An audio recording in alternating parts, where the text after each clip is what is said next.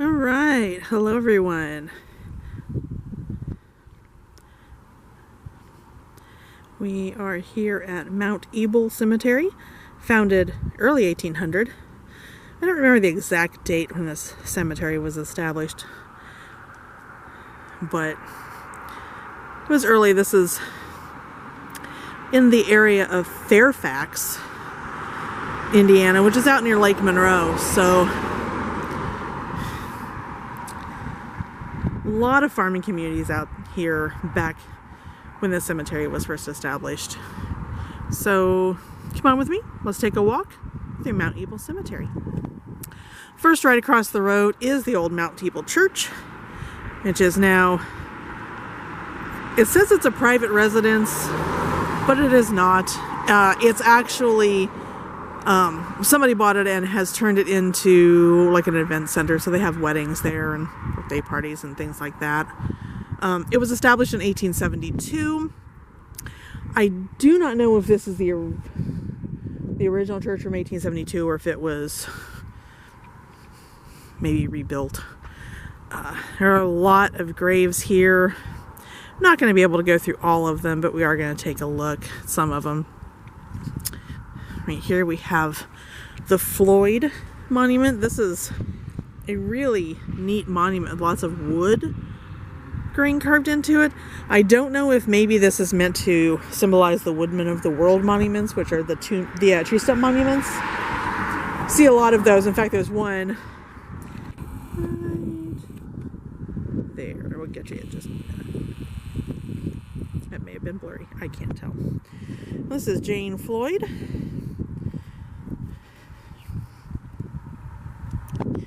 It's very worn. I can't really tell when Jane died. There's some ivy carved in here with all of the tree carvings. Excuse all of the traffic. Fairfax Road is a very busy road. This is Matthew Floyd, her husband, presumably, died March, I can't tell, this is 7th, 1918, age 91 years old. Wow. Something in those days to live to be that old. Okay, here's an interesting one. Daniel B. Chambers, 1848 to 1946. The carpenter who built Mount Ebal Church. So that's interesting. The Chambers family built the Mount Ebal Church. So there must have been somewhere in this area, possibly, the Chambers family farm. Because in a lot of cases, cemeteries and church land were donated by families, particularly one very wealthy family, like possibly in this case the Chambers. And so it's possible that Daniel Chambers donated the land to build the church and maybe even the cemetery. Here's Daniel A. Chambers, 1844 to 1921, very likely Daniel B.'s brother, and Mary, his wife, December 1847 to March 1936. We have a war veteran over here. Let's see here who this is. Civil War veteran. So we have George W. Hartsock, Company B of the 1st Indiana Heavy Artillery.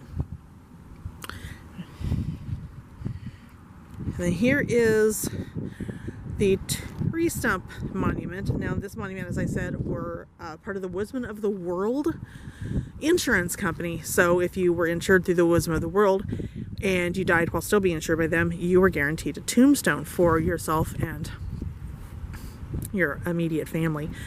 Silas Jerry Woodward, born June 1849, died October 12, 1892. Has a inscription on there, but I can't read it. Sometimes there'll be an additional inscription on the back, not in this case. But this here, James M. Woodward, this would have been a child, so it's much smaller. This would have been a young child. The height of the monument generally denotes the age. So he was in his late 40s when he passed, and his son was younger. The Mount Ebal Cemetery is a current cemetery. It has modern graves in it. The last time I was here, it had graves from just a year or so previous, but there are a lot of graves here. There's some Wampler graves. Wampler is a very well-known name in Monroe County. Mary Rose Wampler was a very well-known artist of wildlife. She had a sanctuary out on State Road 45 that she would sit in and paint and draw. Here we come to Ora, son of, looks like it says John. I can't read the rest of it. It's very worn out. I'll have to do some research when I get home. This one's leaning. This is another one for the same family. I also cannot read that. Here's one more in the same style. This one looks like it says Clementine, wife of John Eads. Clementine Eads, wife of John Eads. I think it says married March. I can't read that. And died October. I can't read that either. It's very worn. Carved from limestone, which is a common stone in this area. I mean, the stones from the quarries in this area were used to build various very important buildings. So, a lot of limestone. Very well used. James E. Musser, 1869 to 1949. Mary Chambers, oh, this is a child. Mary A. Chambers, January 7th, 1918 to July 22nd, 1919. Oh, we have another memorial stone. Hanford Chambers, Indiana Master Sergeant, ORD Department, unknown ordnance maybe, World War II, February 9th, 1902 to December 24th, 1948. So he passed away just after the war. Another Chambers, Bertha and Willie. This could be his parents, maybe. I'll find out more about that when I do the research later.